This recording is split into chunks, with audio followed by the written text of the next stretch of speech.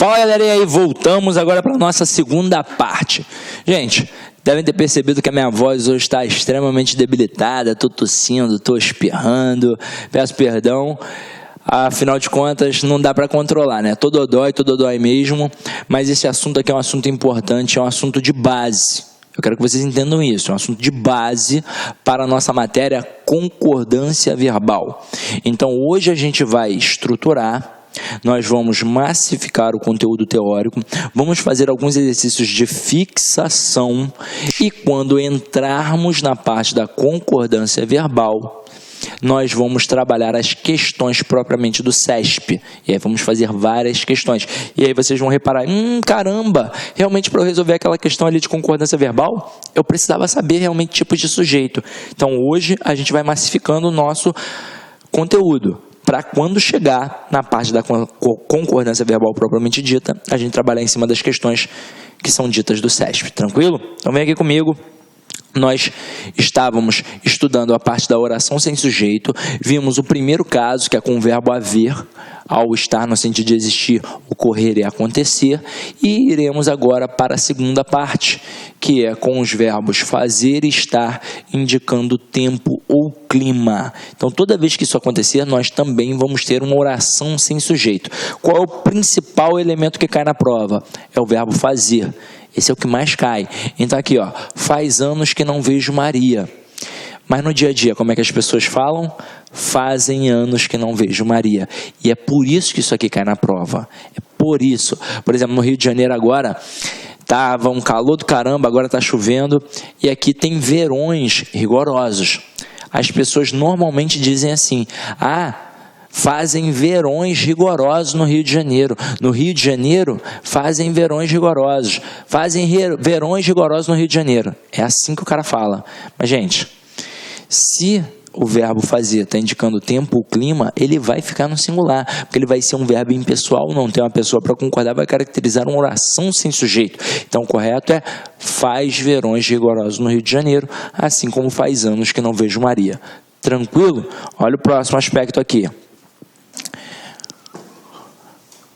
Nós também teremos uma oração sem sujeito com os verbos que expressam fenômenos da natureza. Só que aqui a gente vai fazer uma reflexão no sentido real. Como assim? No sentido real, qualquer verbo que exprima um fenômeno da natureza vai caracterizar uma oração sem sujeito. E é qualquer verbo mesmo. Choveu, relampejou, ventou, nevou e por aí vai. Mas isso no sentido real. Se estiver no sentido figurado, eu terei um sujeito. Por exemplo, se eu disser, trovejou muito esta manhã, é um verbo que expressa o fenômeno da natureza, e foi no sentido real, então oração sem sujeito. Mas se eu disser assim, minha sogra trovejou de raiva, é sentido real? Não, né? É sentido figurado. Então, se é sentido figurado, eu tenho um sujeito. O sujeito vai ser minha sogra, o núcleo sogra, sujeito simples. Até aí, tudo bem? Agora, é óbvio que o avaliador do CESP não vai fazer uma frase assim para você. Qual vai ser o verbo que ele vai usar para tentar te derrubar? Por incrível que pareça, vai ser o verbo chover. Então, aqui já tem choveu muito ontem, vou botar mais duas frases. Choveram exercícios na aula e choveu granizo no sul. Eu pergunto a você que está em casa, choveu muito ontem, sentido real ou figurado? Sentido real, né? Então, se o sentido é real, oração sem sujeito. Agora, já vou fazer uma reflexão aqui.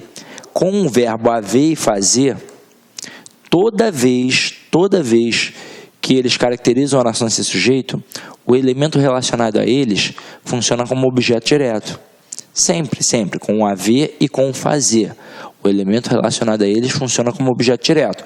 Coisa que já não acontece aqui. Porque se você reparar na estrutura, choveu muito ontem, muito é circunstância de intensidade, e ontem é circunstância de tempo. Então, eu tenho aqui um verbo intransitivo, um adjunto adverbial de intensidade e um adjunto adverbial de tempo.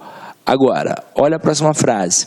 Choveram exercícios na aula. Sentido real ou figurado? Sentido figurado. Então tem sujeito, não tem? Quem vai ser o sujeito? Exercícios. Pode ver que está concordando com o verbo. Agora olha a próxima frase. Choveu granizo no sul. Sentido real ou figurado?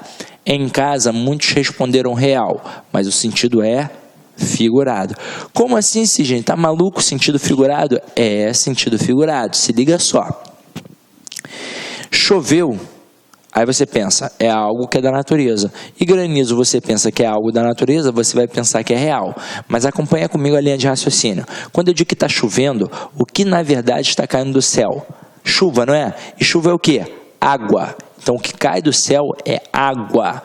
E granizo é água? Não, granizo é uma pedra de gelo.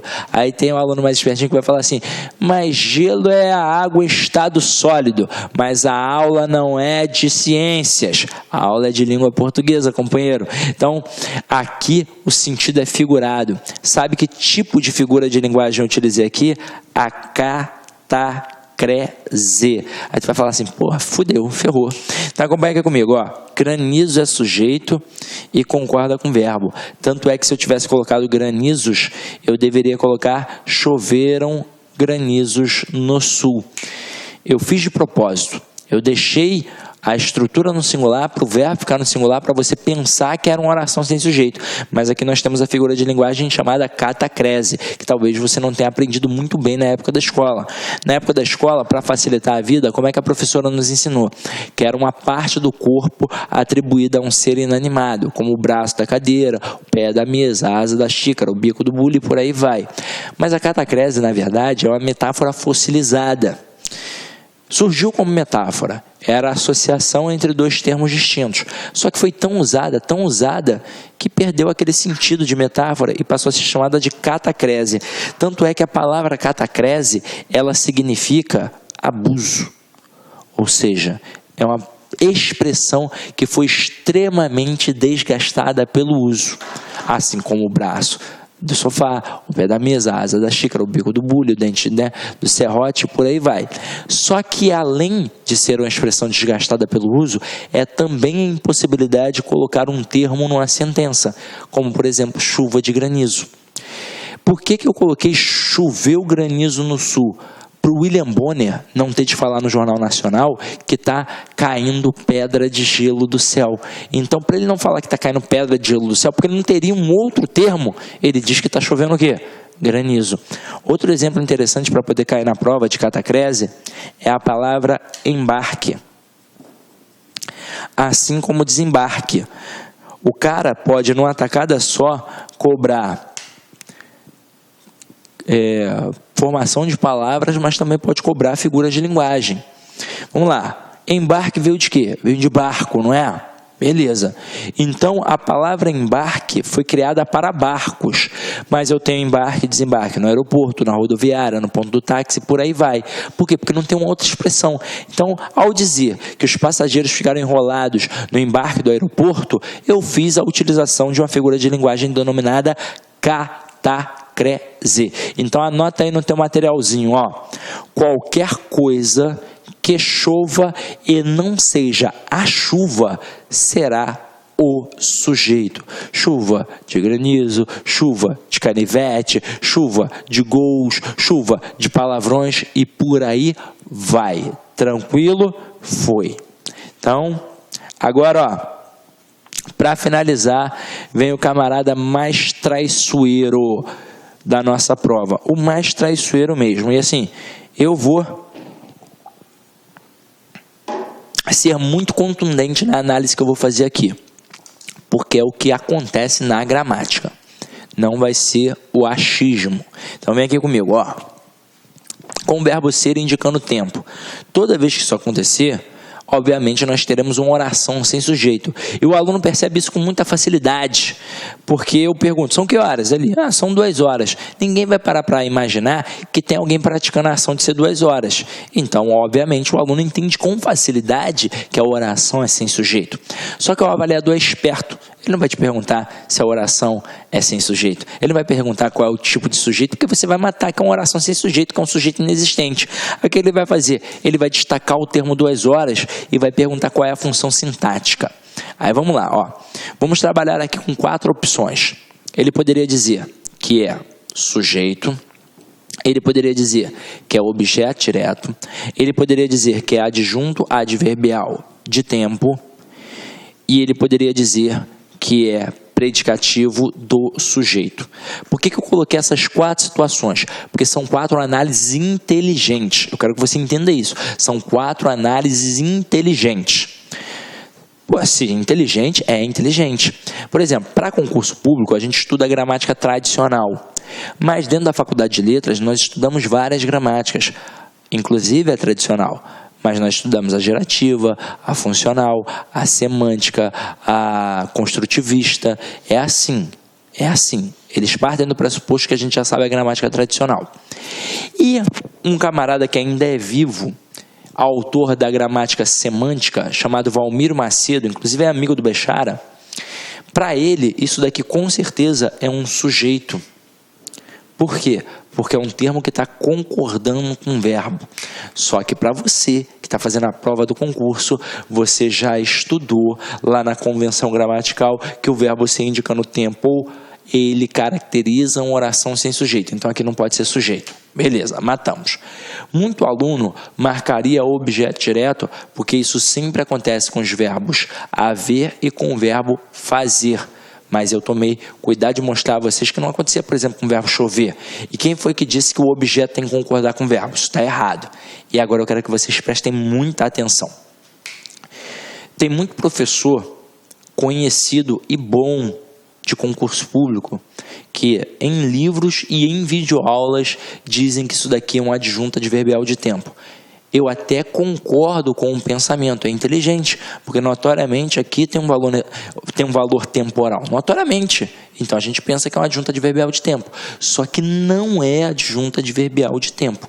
Para a gramática, isso aqui é um predicativo do sujeito, para todos os gramáticos tradicionais, inclusive para o Bechara, que é o camarada que é mais tranquilo, mais liberal. Ele que normalmente diz em várias situações, tanto faz, para ele isso daqui ele não tira o pé de cima. Para ele isso daqui é predicativo do sujeito. O aluno pira.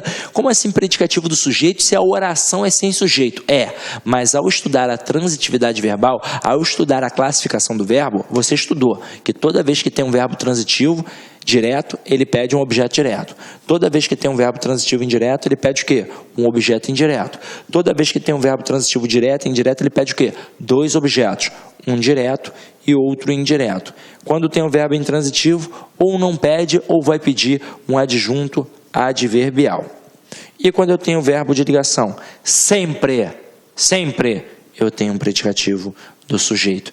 Então aqui, o são é verbo de ligação e 2 horas com certeza é predicativo do sujeito. Outro fator para sustentar a classificação de predicativo do sujeito é o único elemento fora o sujeito que realmente pode concordar com o verbo. Olha a frase, tudo são flores. Na frase tudo são flores, tudo é o sujeito.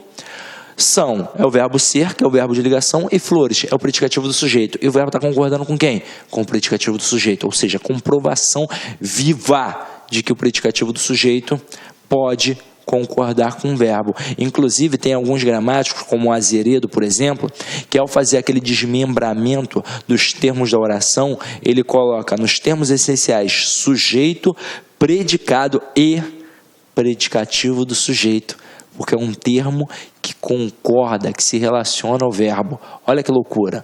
Agora, eu quero que vocês entendam o seguinte, eu quero que vocês entendam que para o padrão da língua, para a gramática tradicional, a estrutura 2 horas aqui, com certeza absoluta, é predicativo do sujeito. Tranquilo? Beleza? É assim para o Bechara, é assim para o Rocha Lima, é assim para o Celso Cunha, e é assim que vai cair na tua prova, tá? Agora, o que a gente vai fazer? Exercícios. Vamos massificar aqui no nosso exercício. Então, eu botei aqui, numere as colunas sendo A, sujeito simples, B, sujeito composto, C, sujeito indeterminado e D, oração sem sujeito. Quem ficou de fora aqui? Ficou de fora o sujeito desinicial, chamado sujeito oculto. Então, quando for um sujeito oculto ou desinicial, a gente vai classificar provavelmente como simples. Eu vou levar aqui em consideração apenas a NGB, tá? Então, vamos lá, ó. Olha a primeira frase. Sob pressão da opinião pública, a Câmara aprovou ontem, em ritmo acelerado, o fim dos salários extras. Caraca, Sidney, essa frase está muito grande, eu não sei que sujeito eu tenho aí não. Galera, a frase está grande, mas eu tenho apenas um verbo. Então, para descobrir quem é o sujeito, basta ir de cara no verbo e perguntar a ele quem ou que. Quem aprovou? A Câmara. O núcleo Câmara, apenas um núcleo, portanto, sujeito simples. Então, aqui eu vou botar letra A, tranquilo? Olha a próxima. Recebiam 25 mil reais. Verbo na terceira pessoa do plural. Que alguém recebia, eu sei. Mas quem é que recebia? Eu não sei. Provavelmente algum deputado. Então, sujeito indeterminado. Olá, meus amigos, minhas amigas. Gostou da aula do professor? Professor top de linha, não é isso? Quer continuar assistindo essa videoaula? Aliás, quer fazer o nosso curso completo aqui do Lá Concurso? Ah, professor, quantas aulas tem? Nesse momento, nós temos 260 aulas bastante específicas, focadas no edital. Aulas aí que atendem 100% do edital para os cargos de agente e escrivão de polícia. 260 aulas, tá certo, meus amigos? Olha só, curso nosso completo da Polícia Judiciária Civil, Polícia Civil de Pernambuco, por apenas 10 mensalidades de R$ 25,00 e você tem um período de acesso de 90 dias. Durante esses 90 dias, vocês aí podem assistir esse vídeo quantas vezes quiser e na hora que desejar. Ah, tem mais. Acesse nosso site, está aqui, ó, laconcurso.com.br e assista lá o nosso vídeo de análise do edital desse concurso. Lá tem várias contribuições para vocês aí que vão fazer esse concurso, inclusive lá o professor comentou se o aluno deve chutar ou não nesse concurso da banca do CESP. Banca do CESP, você sabe que tem aquele fator de punição, aquele aluno que chuta, que marca errada, tem um ponto negativo. Nesse aqui não é um ponto negativo, é 0,25 e isso tem impactos no concurso. Tá certo, meus amigos? Então espero você, venha se matricular conosco, que eu tenho certeza que você não irá se arrepender. Um forte abraço, fique com Deus. Tchau, tchau. Clique lá.